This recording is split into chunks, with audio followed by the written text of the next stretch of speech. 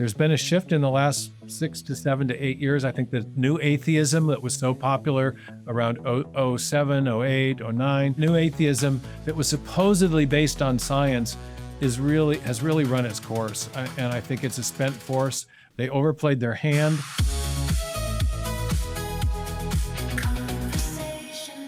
Well, hello, I'm here with several of my friends, and we have with us for our Science and Faith conversations, we have a guest today. We have Stephen Meyer here, who is familiar to many people who watch my channel because I've done many videos with him before. Royal Truman, Onsi Fakuri, and Rob Stadler are here with me, our typical conversations crew. And now Steve Meyer is joining us. So Steve attended the University of Cambridge, and that was after working in the petroleum industry as a geophysicist.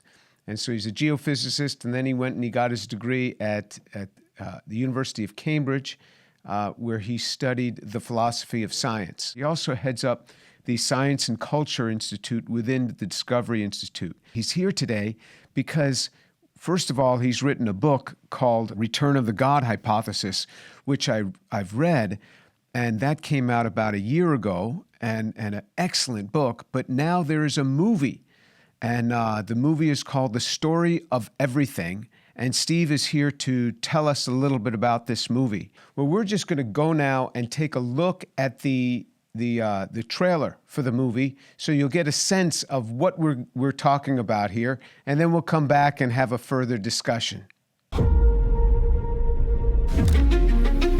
Today, I'm going to tell you a story which may seem very strange. Galileo, Kepler, Newton.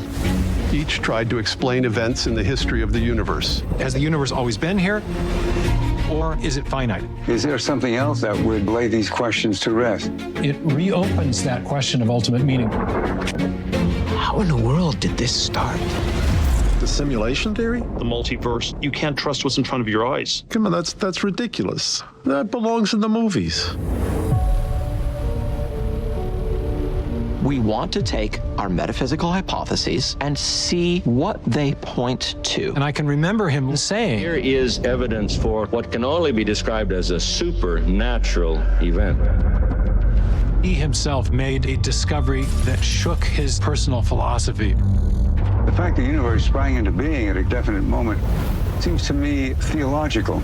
And it is science that has revealed this. We're dealing with a system of manifold, complex design. Gravitational force compared with a weak nuclear force. 1 part in 10 to the 10,000. Not One part too in 10 fast, to the not too 20. slow. Turned out to be the tip of the iceberg. We associate information with a rational intelligence behind it. It had an uncanny resemblance to a digital bit string, very much like an information carrier. You can read the same segment forward to get one protein and backwards to get another. It struck us with a tremendous impact. Without guidance, we would get a life-unfriendly universe. Many organisms have beauty beyond anything that's relevant for their survival value. The concept of life as a cosmic phenomenon should have many consequences. The question then was, what does one do about it?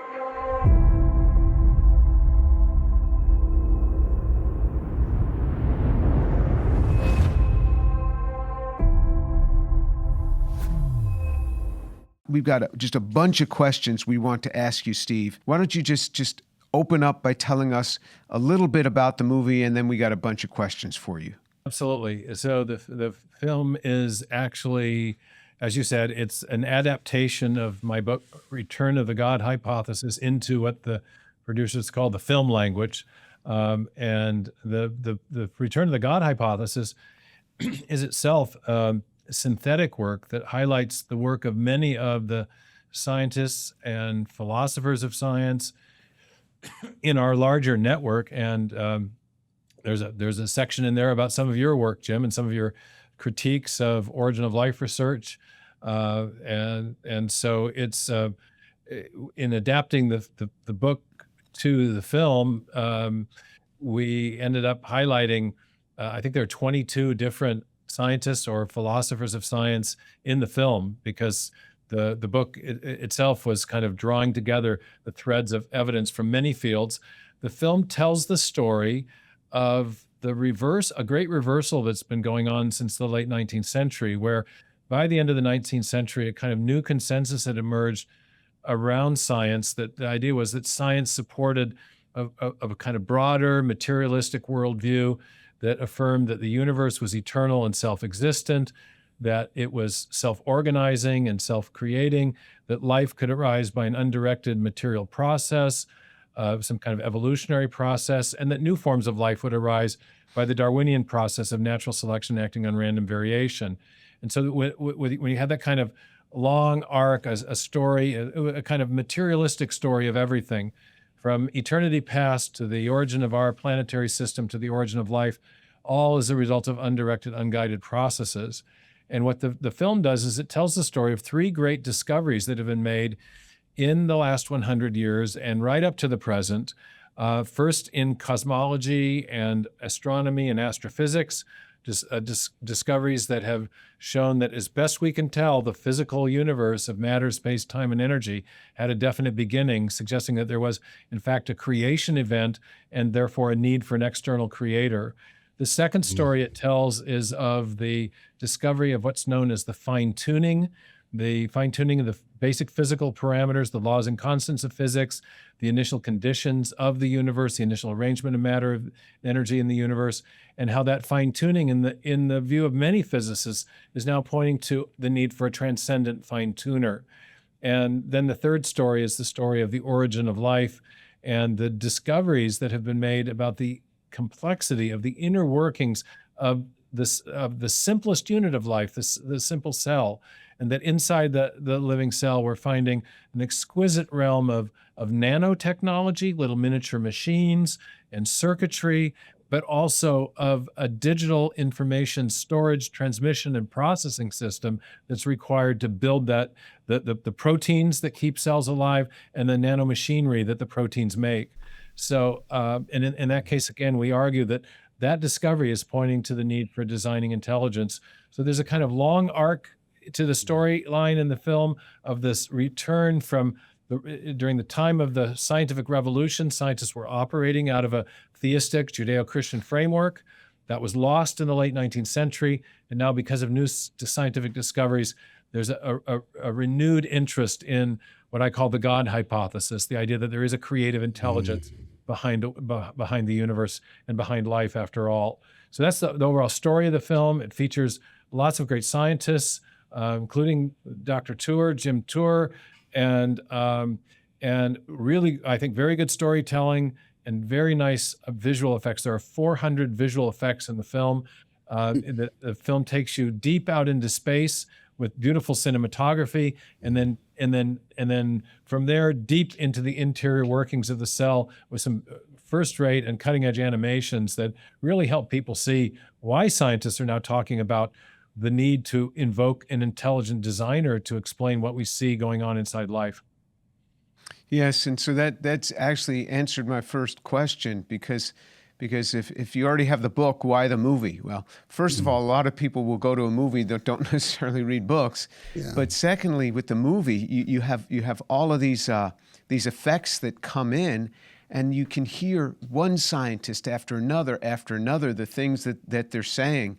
And yes, you cover these three topics: the origin of the universe, which even in the 1950s, most scientists didn't believe that the universe had an origin. So this is a relatively newly accepted scientific finding.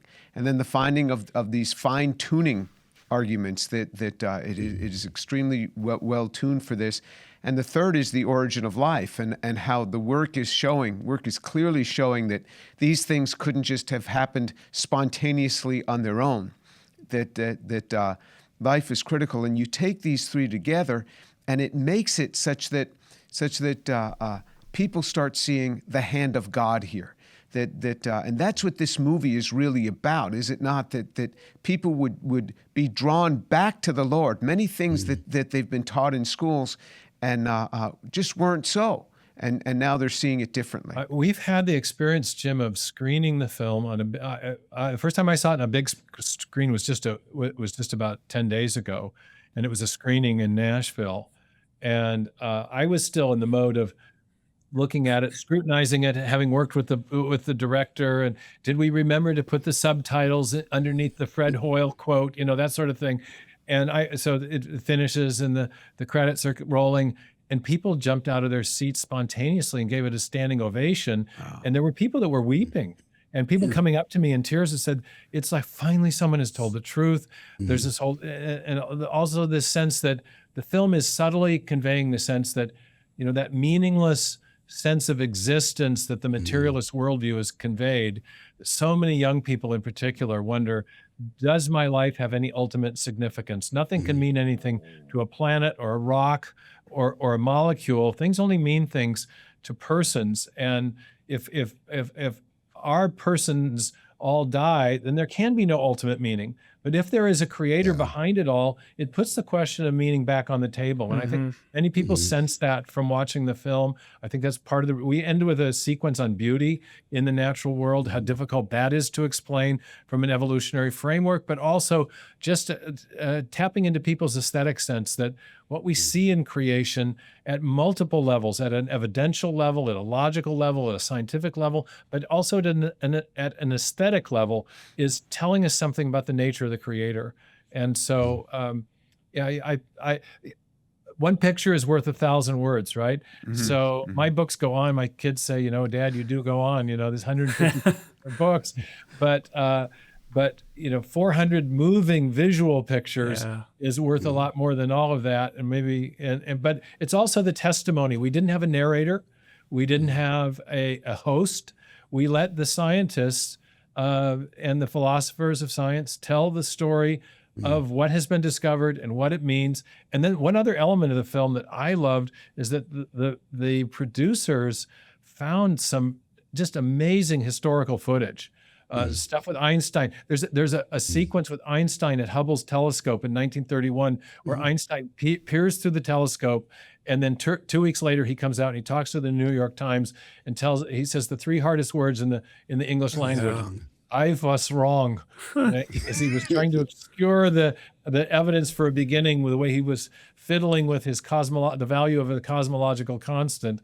And then he realized that, the evidence was pointing to an expanding universe outward from a creation event. And as much as he didn't initially want to affirm that, he ended up changing his mind. And so the film, in each of the 3 acts, if you will, the 3 sections, tells the story of scientists who have had profound worldview changes because of, not in spite of, the scientific evidence. Yes. I'm going to open it up for Unsi to ask a question, but let me just mention this because already people are probably wondering.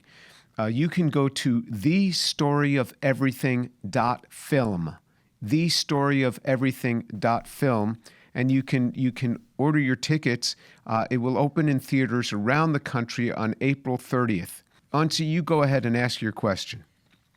Yeah, I think the visual is really, really just such a beautiful part of the movie. And what you just said about those scenes harkening back to Einstein and Fred Hoyle. I mean, there was stuff in there, and I've watched a lot of stuff like this, that I had never seen before. So it was just really moving in that way, almost nostalgic, right? To kind of think back to sort of the glory days of modern physics, right? Exactly. Beautiful.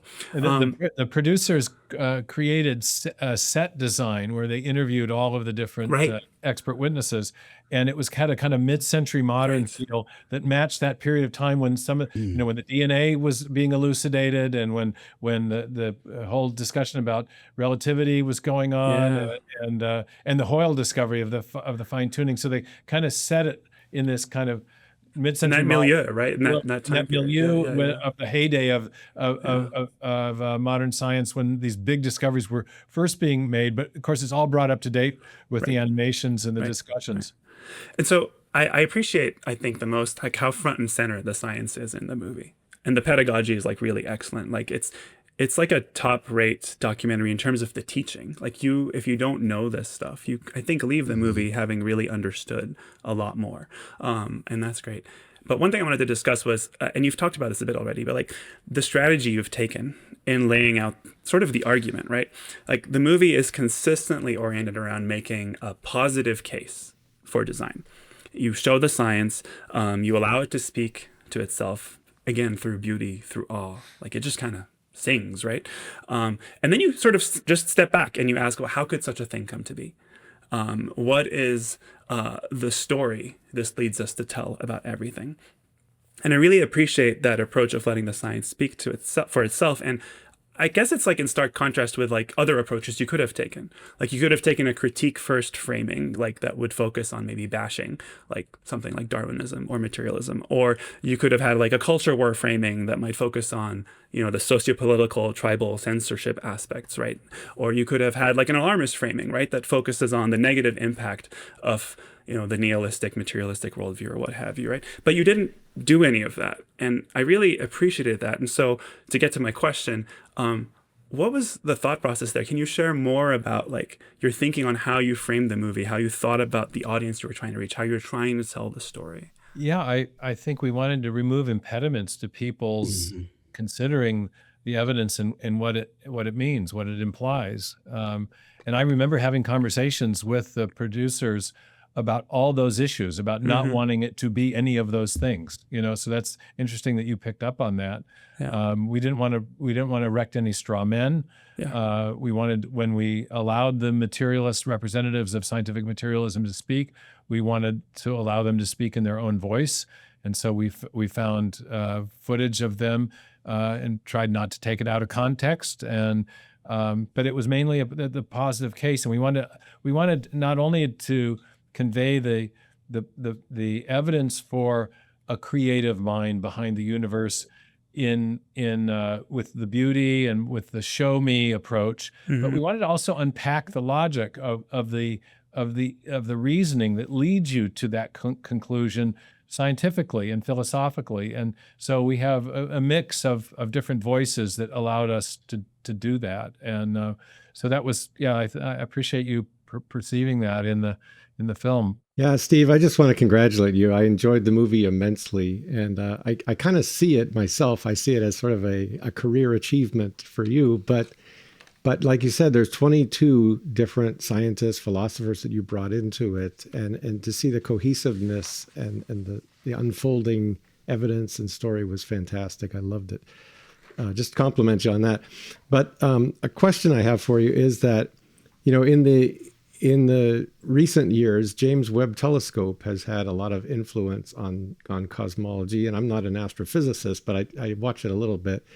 And what I see, I guess maybe because news likes to present shocking stuff, but what I often see is the controversial stuff where James Webb is kind of challenging what astrophysicists thought they were going to see. You know, we thought we were going to see immature galaxies that didn't contain heavy elements. So we thought stars were these population 3 stars we would see out there, and we wouldn't see redshift beyond 14 or something. And it seems like James Webb is shaking that all up. And I wanted to just ask you how that influences the story of everything. Well, we didn't go into the Webb telescope evidence. I've written a piece about that at the Daily Wired that people can look up. It's on my website. They allowed it to come out from behind the paywall. And I gave probably the best answer I've given on that when I was on the Joe Rogan podcast. And there's a separate standalone clip about that. The bottom line is that the Webb telescope did not refute the idea of a beginning. It might suggest that the beginning was even further back in time than we thought. We have mature the big discovery was that we have mature galaxies earlier than we expected, but our ability to even know that depends on the technology of the Webb telescope, which presupposes that the stretching of wavelengths is a consequence of galactic recession, and so the implication is either that things developed very much faster from the origin event that we thought, in which case we've got to adjust our understanding of stellar evolution or galactic evolution, or that the universe is simply older than the 13.8 billion years that we thought before.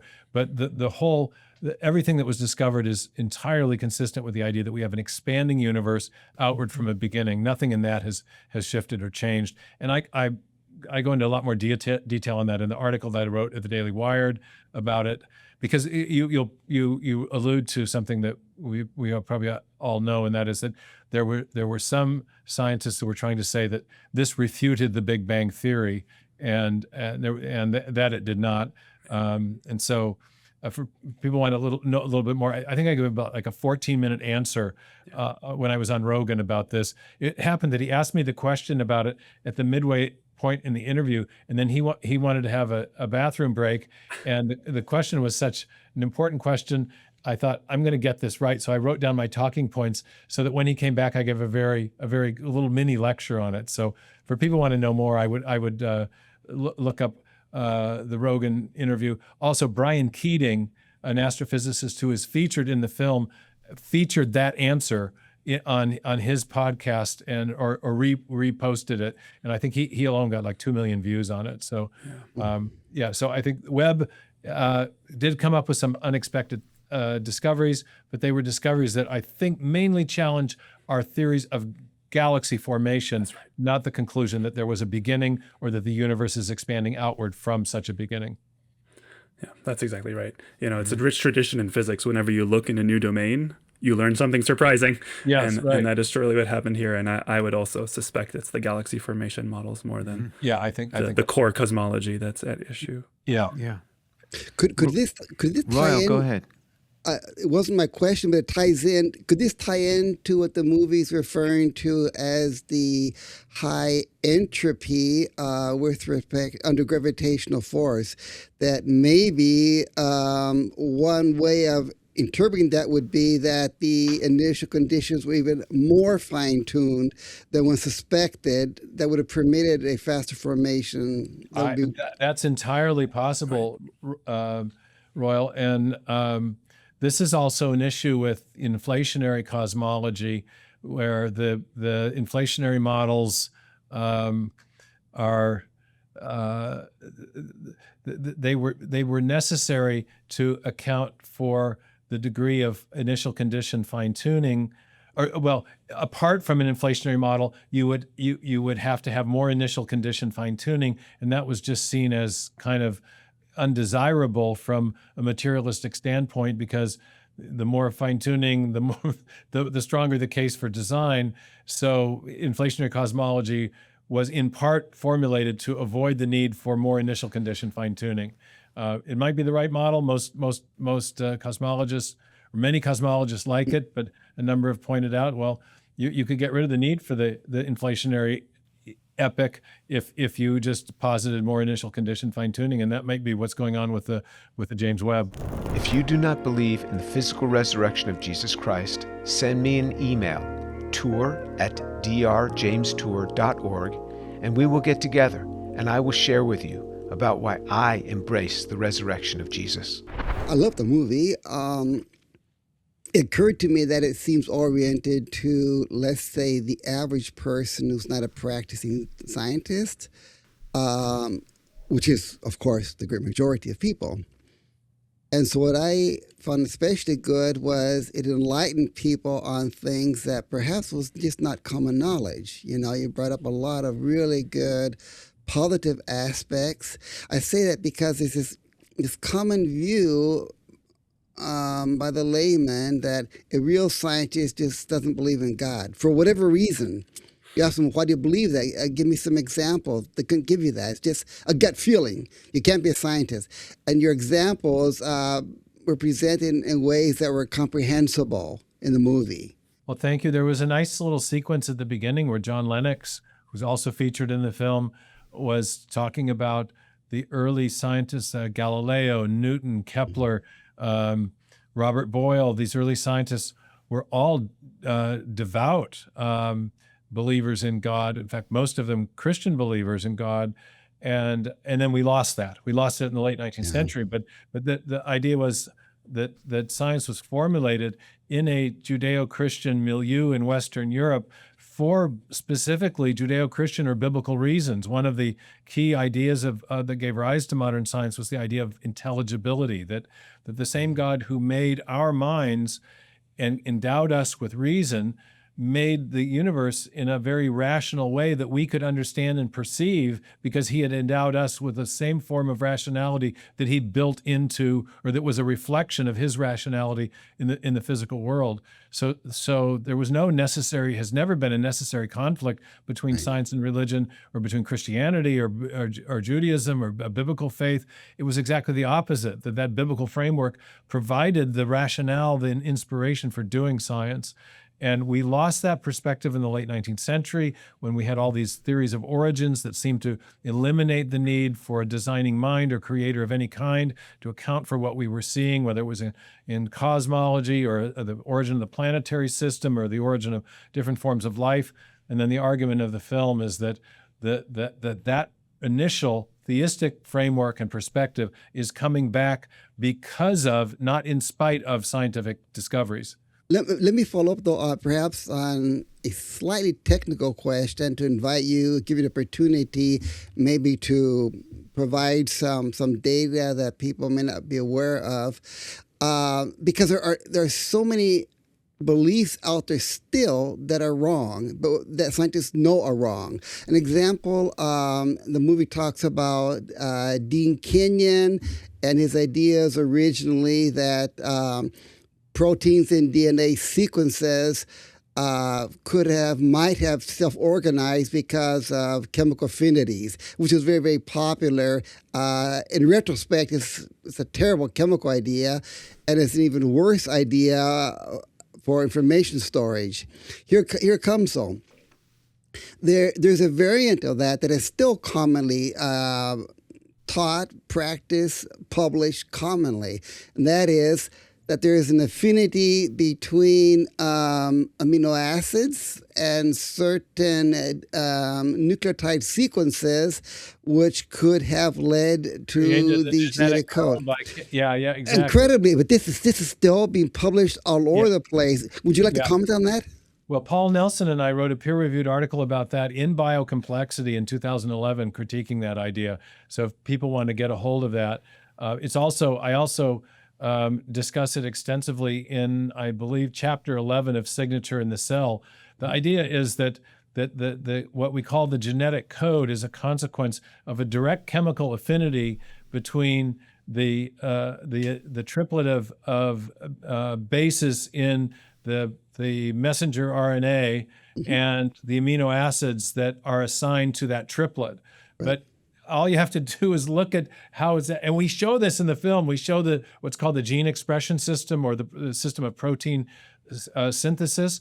The crucial molecules of transfer RNA have the triplet of bases attaching at one end, and then the amino acids attached at the other end. So there's no chemical connection whatsoever. It's completely arbitrary chemically. It could be those assignments could have been otherwise, and they're also enzyme mediated through what are called tRNA synthetases, and so amino acyl tRNA synthetases. So it's a complex integrated system that creates the code, and there's no direct chemical affinity involved. It's from a chemical standpoint, the assignments between the triplets and the bases and the amino acids are completely chemically arbitrary, just as it is the case in the DNA text, that the sequence of bases is not determined by the chemistry of attraction between the bases and the sugar phosphate backbone. It's the same kind of bond in each case that allows any one of the bases to attach at any place. This is something that Jim and I did a joint lecture at Cambridge last fall in Christ College, which had been Darwin's college. And I presented this, and he and I then had a discussion about it afterwards and incorporated this point into a paper that we've jointly written that will be published with the Cambridge University Press in the new year. So there's a lot of very rigorous critique of that idea that you can explain either the genetic text or the genetic code as a consequence of simple chemical affinities or attraction. That's completely contrary to what we observe in the structural formulae of the molecules and in the system of gene expression. That's right. And if you step up a level, right, those things start to look like abstractions in the engineering sense, right? There's this abstraction that connects the two pieces together. I'm sure there were a lot of things that you wanted to discuss that didn't make it past the cutting room floor. So what do you wish you could have added to the movie that didn't make the cut? There's a whole discussion going on about new cosmological models that are attempting to revive the idea of an infinite past, wanting to have past eternal cosmological models. I have been in a debate about that recently with a guy named Phil Halper. That debate will drop on May the 5th. So we addressed the alternative cosmological model of quantum cosmology, which is the one that's most motivated by the realization that you can't back extrapolate with general relativity all the way to the beginning. You have to stop once you're inside the Planck time. But what we showed in the film is that if you adopt a quantum cosmological model, you provide support for theism on other grounds. You end up depicting the universe as coming out of a purely mathematical or conceptual state, and in order to explain our universe from out of the prior mathematical apparatus, that mathematical apparatus has to be arbitrarily extremely finely tuned. There has to be an input of information by the modeler to produce what's called a universal wave function that includes a universe like ours, which is a condition of explaining our universe. So we couldn't go into all of that. It's pretty heady, but there's a really there is a science journalist who's done a lot of interaction with leading cosmologists who's kind of gunning for the argument that I make or that he claims I make in Return to the God hypothesis. He's accused me of a singularity-based apologetic, not realizing that what I actually argue is that either the universe has a beginning, which is what I and other colleagues think is what is best supported by the evidence, or if it doesn't, if you model it in some other way, you can circumvent the conclusion of a beginning with very elaborate and clever mathematical modeling. But those moves to circumvent the case for the beginning invariably come at a very high epistemological costs for philosophical naturalists. And those costs include physics, invoking new physical processes that have no precedent in known physics, often even invoking things like a flexibility about the speed of light that contradicts special relativity. So they often either contradict known physics or invoke physics that has no precedent in our experience. They often involve a multiplication of purely ad hoc theoretical entities, and therefore grossly violate the kind of simplicity condition of a good explanation from Occam's razor. And most importantly, all these new models involve extensive prior fine-tuning, analogous to what Einstein did when he twiddled the dials and fine-tuned the value of his cosmological constant in order to portray the universe as neither expanding nor contracting, but static. And so you have this. So if you have to invoke additional prior unexplained fine-tuning to make an infinite universe cosmology work, all you've done is provided additional grounds for a sort of contingency argument or a fine-tuning argument for the existence of God. You haven't undermined the case for theism. So what I do in the book is show that either the universe had a beginning and that has theistic implications, or the attempt to circumvent the conclusion of a beginning invariably invokes other theoretical entities or realities that themselves have theistic implications for other reasons. So it's what philosophers call a robust argument. It leads to the same conclusion depending on, irrespective of one or more theoretical or evidential predicates. So it's not this. He wanted to portray it as a simple Kalam argument, simplistic version of the Kalam argument, And I don't think all versions of that are simplistic. Right. Her Bill Craig, who does a very good job of showing that you can defend that argument against the same kinds of objections. But what I show is that it's a kind of a pick your poison argument for philosophical naturalists, and they haven't captured that. We couldn't go into all that in the film. No, but sure. One example of that, which is the main. If you don't accept a beginning because you're concerned that the energy conditions of the singularity theorem can't be met, and that when you get in, when you back extrapolate far enough, quantum effects become relevant, then the most natural conclusion would be to try to develop a quantum cosmological model. So that's the one we dealt with. Right. And what we showed is that quantum cosmology, if true, also has theistic implications. Right. It implies a prior mind, a conceptual realm. Like an idealism. Yeah. A kind of mind that is behind the universe. So we did, in each of the three acts, we did try to take on the most popular or common objection to the argument that we were making. So we avoided what one of my Cambridge supervisors always cautioned against, which was beware the sound of one hand clapping. He said, if there's an argument on one side, there's got to be an argument on the other. So we tried in each case with the cosmology, we looked at the quantum cosmological objection to the cosmological argument and showed that even if true, it has theistic implications. We showed in the case of the fine-tuning argument that the main objection comes from advocates of the multiverse.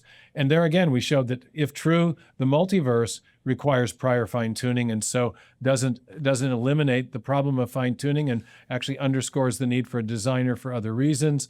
And in the case of the origin of life, we looked at not only the self-organizational models that Kenyon first proposed and then later repudiated, but we also talked about the RNA world. And this is where we brought in Dr. Tour's really excellent critique, showing that even the best, most promising prebiotic simulation experiments inevitably involve investigator interference from intelligent chemists who are manipulating the system to move it in a life-friendly direction, but nowhere near actual living cells.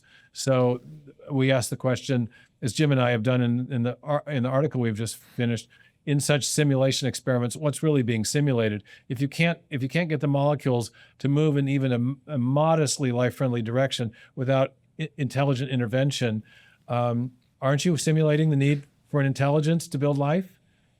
So yeah, we tried to avoid straw man critiques and just avoiding. We also avoided. Well, let me put it in the positive. We also engaged the key critiques that were made of each of the three arguments that we were making. Steve, let me ask you this, something more globally. Have you noticed, you've been in doing this for 25 years plus, have you noticed a change in the worldview, either in the United States or around the world, that more and more people are accepting that science does not have answers for this, that the best answers are coming, actually better answers are coming from outside of science to explain these sorts of things? How's the worldview changed over the last several decades? I think there is a shift, and it's taking place very rapidly, and it is a shift toward a greater openness towards theistic belief, toward belief in God. I would frame it just a little differently, Jim, in that I do think that science points us in the direction of some answers to some of the big questions. The idea of natural theology is coming back, that nature, and this is the gravamen, the import of the film, is that nature, carefully studied, is pointing us to the Creator, like Romans 1 talks about, that from the creation of the world, God's invisible qualities, his eternal power and divine nature, sometimes rendered wisdom in older translations, that these things are clearly seen from the things that are made. And I think there's a greater recognition of that taking place. Our movement of scientists, which started out with the kind of motley crew of people just coming out of PhD programs in the early 90s, is now, Casey Luskin has a massive database of scientists who are friendly or supportive of the idea of intelligent design. But culturally, I think, and that's what you're really asking about, I think you're exactly right. There's been a shift in the last 6 to 7 to 8 years. I think the new atheism that was so popular around 07, 08, 09. Remember the London bus tours or the bus, the ads. Bus, the bus ads Richard Dawkins had installed there that said, God probably does not exist, probably. So relax and enjoy your life. That was that new atheism that was supposedly based on science has really run its course, and I think it's a spent force. They overplayed their hand, and so I think that's a big shift. I think the conversions of people like Ayaan Hirsi Ali, who was a leading new atheist and a sidekick of Dawkins, she's come to Christian faith. I think of the social scientist Charles Murray, the founder of Wikipedia, Larry Singer. They're very prominent people in the culture now who have come to faith, to Christian faith, and are explaining. Ayaan, one of her key points is that scientific atheism is a failed worldview because it can't answer the most basic human question, which is, what is the meaning of my life? It only answers it in the negative, which I suppose is an answer, but and I think our film subtly speaks to that. It doesn't make an argument for God based on the human need for meaning, but it makes an argument for God based on scientific evidence, which, if the argument is correct and we think it's persuasive, it brings back the possibility of human meaning. Would you say that, Americans have always been a little bit more predisposed to receiving the Christian message than Europeans, whereas the Asians have been sort of on the agnostic side, but the Europeans have generally been more on the opposition. Would you see Europe also coming around? Well, there is a study in Britain, and I think it's being redone. I've talked to Justin Brierley. There were maybe some minor methodological issues are going to check this, but there's a study in Britain that's been done from 2018 to 2024, 25, showing a dramatic rise in church attendance, especially among young people. They call it the quiet revival. And I think my sense is that once they redo the analysis, that the numbers may shift a little bit, but the basic thing, the phenomenon they're describing is going to hold true. I think we're seeing that in the States. There's the God question is percolating, rather it's bubbling up to the surface of the culture. You have figures like Tom Holland in Britain, the historian, who is extolling the benefits of Christianity for culture and has been teetering on the edge of a conversion himself. Jordan Peterson also teetering on the edge of a conversion, never wanting to say exactly, but I think people are getting the message that he's pretty friendly now to belief in God and even Christianity. Joe Rogan has been having a lot of Christians on his program, and there are rumors that he's been attending church. And I got a little video sent to me recently where Rogan was defending the Christian scriptures as being pretty heavy stuff, although he didn't say stuff. And he said, and these Christian people, they're some of the nicest effing people you'd ever want to meet, And so he's, they're people, unexpected figures in the culture who are open to the Christian message, open to belief in God. There's an alignment that's you forgot Eric Weinstein. Eric Weinstein, our friend. Yeah. So I just think there are people who have converted, people who are thinking about this, people who are on a journey of exploration about the deep questions. I think all of that is in some ways a fruit of the failure of the new atheist and scientific movement, a new atheist or scientific atheist movement, because I think people are looking for deeper answers. Mm-hmm. Steve, when someone compliments you by saying he's not wrong, they're kind of on the edge of a conversion, right? That wasn't Eric Weinstein. That was Brett Weinstein. That was Brett, yes.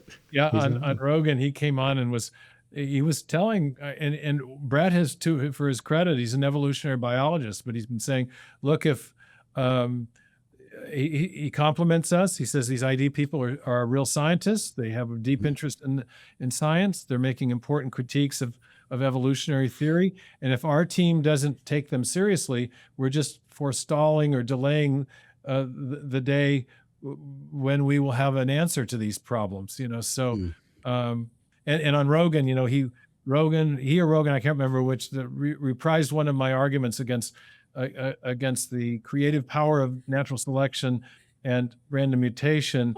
And Brett said, yeah, well, he's not wrong. He's not wrong. That double negative, I'm not sure that means I am right, but it's getting a little closer. So no, he's an honest broker in this, and skeptical of any of the arguments and evidences that have been put forward in favor of standard neo-Darwinism. He's debated Dawkins, and so he's kind of a new wave evolutionary thinker, and I respect him. Because of you, millions of people have heard the gospel. If you confess with your mouth Jesus is Lord and believe in your heart that he's risen from the dead, and you will be saved. That's right. That's the requirement. We talk about science concepts which draw people in. Take these nanomachines and have them drill into cells. This would be a great way to kill cancer, right? We also talk about Jesus Christ, who's the best in everything. My faith in Jesus Christ means more to me than anything. If you could continue to give or give for the first time, we would certainly appreciate it. You can go to jesusandscience.org/donate. All U.S. donations are tax deductible. Thank you so much. So, Steve, on the topic of the fine-tuning of the universe, you said that the multiverse is the most common objection, and you explained why that doesn't work, because, again, that ends up requiring some fine-tuning of its own. But another argument I've heard against the fine-tuning was from Sean Carroll, and I don't know if I can articulate his argument very briefly here, but he basically was saying that the fine-tuning we observe is exactly what you'd expect if there was no God, because the fine-tuning is allowing natural processes to produce life and get us to where we're at. Whereas if there is a God, he would have done it a different way, and you'd have a different tuning that would show that only God could have accomplished this. In other words, God is kind of hiding behind physics instead of exposing himself by some great awkward tuning. Yeah, my colleague Bruce Gordon has written an excellent series of responses to Sean Carroll. I personally think that argument is all mixed up. It's conveyed with a great sense of arrogance as well. That that the fine tuning is a really bad argument. It's the best argument that theists have, and it's a terribly bad argument. Blah blah blah. I honestly can't make head nor tail out of what Carroll is saying. It's one of these God wouldn't have done it that way argument. I don't know where he gets the premise about what God would or wouldn't have done. I am much more persuaded by Luke Barnes's approach to this, where he says, look, you've got these extremely finely tuned values. The fine tuning, by the way, for your non-science audience, is just the idea that there are fundamental parameters of physics. The speed of light, the strength of gravitational attraction expressed in the gravitational force constant, the strength of the electromagnetic force, the four fundamental forces of physics, the masses of the elementary particles, the expansion rate of the universe, and underlying that, the strength of the cosmological constant that's in part producing that expansion, on and on and on it goes, and the initial condition fine-tuning of the arrangement of matter and energy, the initial entropy fine-tuning, which is perhaps the most exquisitely fine-tuned parameter of all. There's this ensemble of parameters that are that fall where the values fall within very narrow ranges, outside of which not only life but stable galaxies and even basic chemistry would be impossible. And the question is, well, what do you make of that? How do you explain that? Well, what Barnes shows is that on the Sean Carroll view of naturalism, it's Sean Carroll who asserts that philosophical naturalists are people who think that the laws of nature will provide the ultimate explanation for things, that everything can be ultimately explained by the most fundamental laws of nature. Well, the laws of nature have contingent features that are logically extrinsic to the processes they describe. The contingent features are the constants of physics. So you have the basic idea with gravitation, that gravitation, and we'll put it in just the classical Newtonian sense for sake of argument. We've got mass 1 times mass 2 divided by the strength of gravity is proportional to the size of the masses and inversely proportional to the distance squared. And there's an X factor that's involved as well, and that is the gravitational force constant. And it has a very precise value that is not determined by anything more fundamental, physically speaking. So if we're going to explain everything by reference to the laws of nature, and there's this vast array of possible values for gravitation, for strong and weak nuclear force, for electromagnetic force, and all the other features, fundamental features, the range of values for the elementary particles. If we're going to say, well, just the basic laws of nature leave unspecified all those contingent values, and therefore, from the law of nature alone, we're not going to be able to. We would expect to not get we would not expect to get the right contingent values. We would not expect to get the right, just most simply, the right configuration of matter and energy at the beginning. If the odds of getting the right configuration is 10 to the 10 to the 123, 1 over 10 to the 10 to the 123, if all that's at work is the laws of nature, then our overwhelming expectation, thinking like in doing Bayesian reasoning, is that we will get a life unfriendly universe. This is Luke Barnes's argument. But we don't get a life unfriendly universe. Instead, we get the kind of universe we would expect, given the overwhelming odds against a life-friendly universe, that would only occur if somebody was twiddling the dials and making sure that those fine-tuning parameters came out just right. So the expectation, what we perceive, is more consistent with the expectation that derives from a theistic design hypothesis than it is from philosophical naturalism that wants to explain everything by reference to the brute laws of physics. The root laws of physics do not explain the specific values of the contingent features of nature that are not governed or dictated by those laws. And the values of those contingent features are extremely small. Therefore, overwhelming expectation is without guidance, you're going to land on some combination of values that is not life friendly. We use a little illustration in the film of a thief coming to crack the code on a vault, and Luke Barnes asks the audience to imagine, well, if you freeze the camera right before he punches the numbers, and you got two hypotheses. If you've got the random fiddling, the random guessing hypothesis versus the inside job hypothesis. On the random fiddling hypothesis, the overwhelming expectation is he's not gonna crack the code. Mm-hmm. But on the inside job hypothesis, your expectation is going to be much more in line with the idea that the vault will be open. Well, we live in a universe where the vault was opened against all odds, so it's much more consistent with a theistic design hypothesis. It comports with the expectations that flow naturally from a theistic design hypothesis and not from a naturalistic hypothesis. Sorry, that was a long answer, but yeah, thank you. Well said. Yeah, I think Carroll's Bayesian reasoning is kind of confused, and Bruce Gordon does a great job of unwinding that. Let me say this once again, that you can get tickets to this movie, which is going to be coming out on April 30th in theaters around the country.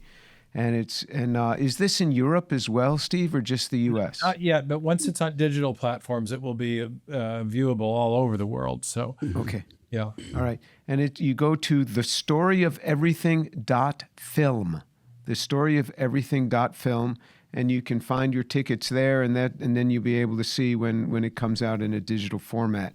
There's going to be 500 screenings throughout the U.S., so hopefully you'll be able to find a place in your city where that's going to happen. It's going to run for 7 days, but if there's a lot of interest, it'll run longer. So bring your unbelieving friends. That's really a place for them, and those who may be particularly scientific minded, bring them.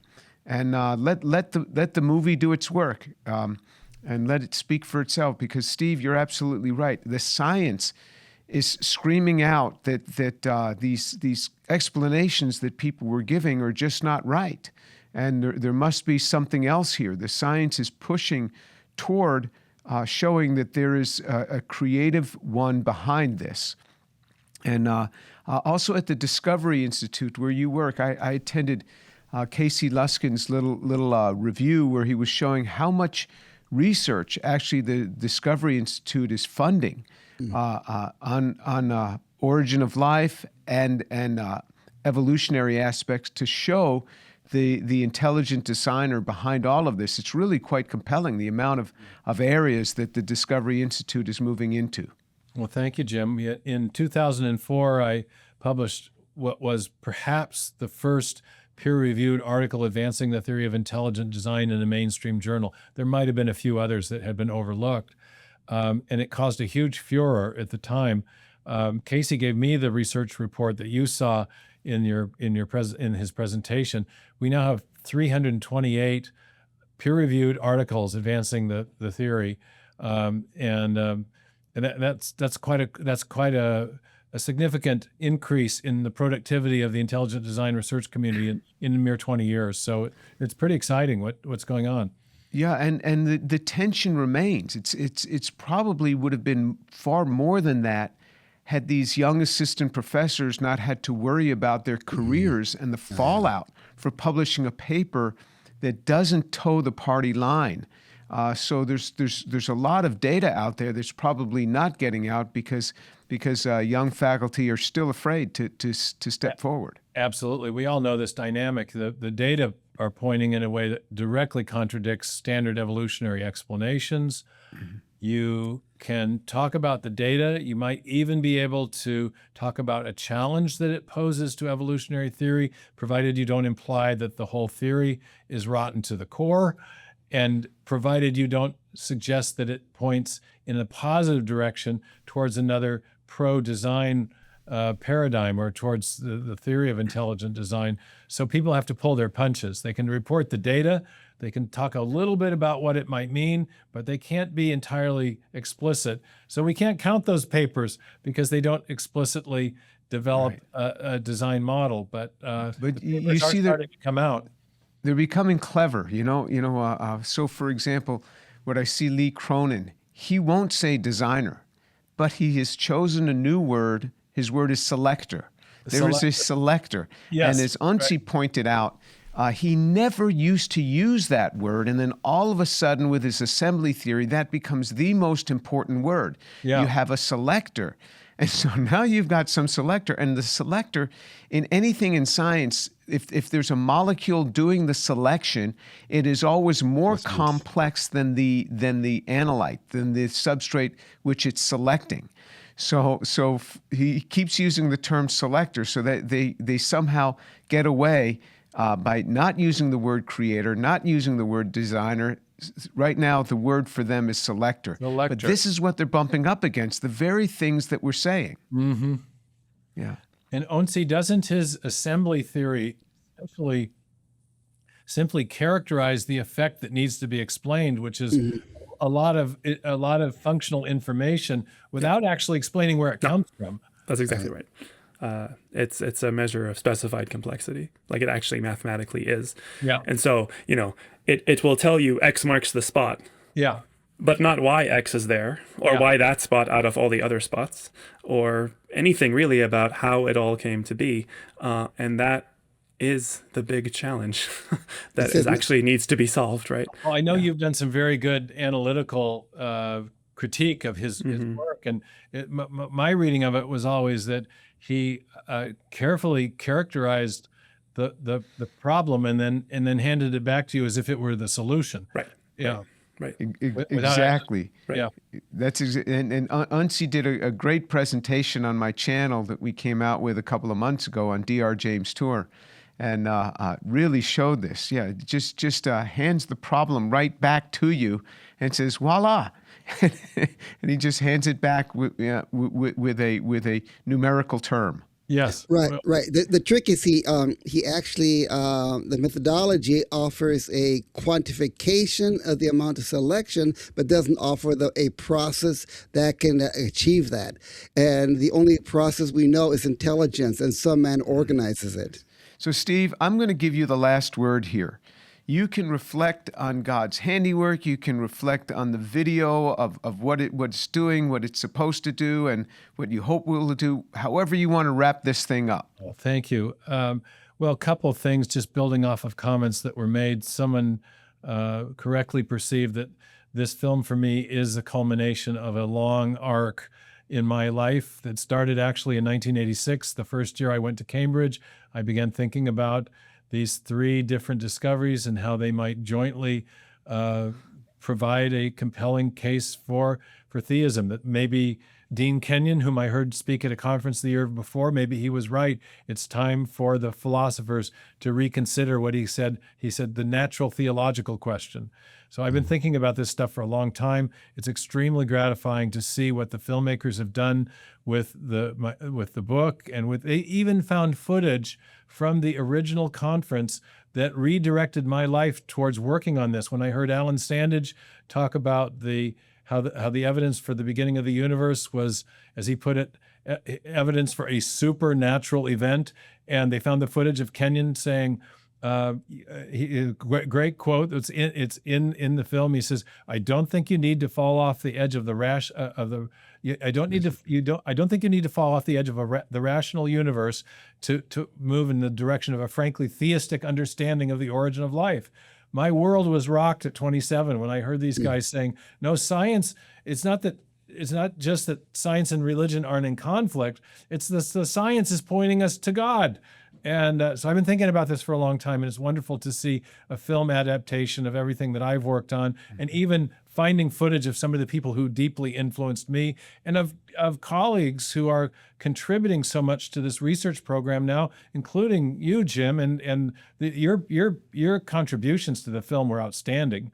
Really, really passionate, dynamic, and very incisive comments that you made.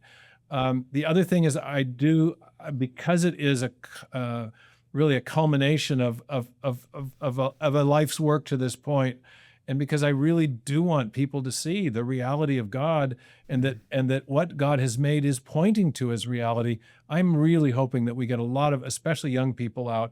We have so many stories, anecdotal and otherwise, of young people going off to university and then being almost bullied by aggressive, proselytizing scientific atheist professors, and many of those young people either losing their faith or losing their confidence in their faith. And I think this film will do a very good job of providing the other side of the story and letting students have something that they can then deliberate about. Back to my Cambridge supervisor saying, "Beware the sound of one hand clapping." Students have only heard one story of reality allegedly based on science, and we want them to know the other interpretation of the science and the other story of reality that flows from that, and at least have a chance to consider that. And I think the film does that very well. And so it's our fond hope that this will open minds and hearts to the reality of God through, as St. Paul says, the things that are made. Yes, indeed. And with that, we'll wrap it up. So you'll be able to find in the description box below the story of everything.film is where you go to get your tickets. It comes out April 30th and will run for a week in 500 theaters around the country. God bless you, my friend. I guess you're probably on the road now, or still? I'm in D.C., and I've been on the road for a couple of weeks doing the film promotion thing. But I thank you guys for giving me an opportunity to do that. And the other comment I wanted to just build off of was, I think it was Royal that said that this is a film for the common man, not for the science specialist. I think what we tried to achieve was to make it as clear as possible and scientifically as rigorous and accurate as possible simultaneously, so that the people who know the science will find it persuasive, and the people who don't will find it attractive and want to investigate more, and we'll probably find it persuasive too. But that I would emphasize that it is very accessible because of the visuals, because of the explanations, because of the storytelling. So I think people can benefit from seeing it whether they have a science background or whether they're just curious about what science has to say, even if they have no science background. Yes, and let me just say, if this is not what you're into, if you're not into hearing about the science, this is not just about you anymore. There are people around you. You have children, you have grandchildren that are deeply affected by this sort of thing and deeply affected by arguments that they are hearing in high school and in college from one side. And so for their sake, bring them out to the movie, because this is important for them. So even if science is not your thing, there are people around you that science is their thing, and it behooves us to expose this to others that we love, people that we love, expose it to them, and get them pondering. And that's what this movie will do. Thank you, Steve, you for a lifetime of work, and thank you for coming on with the four of us, the Science and Faith Conversations, as we get this little podcast going and try to discuss scientific topics among us. God bless you, my friend. What a great team you've assembled, Jim, and thank you, Royal, Rob, and Onsi. It was a really high-level discussion, I think. Thanks very much. All right. Thank you, Steve. Okay. Take care, guys. Bye-bye.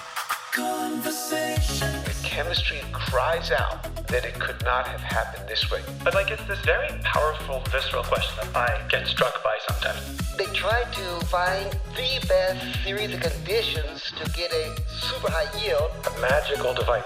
And the more we learn about it, the more marvelous it becomes.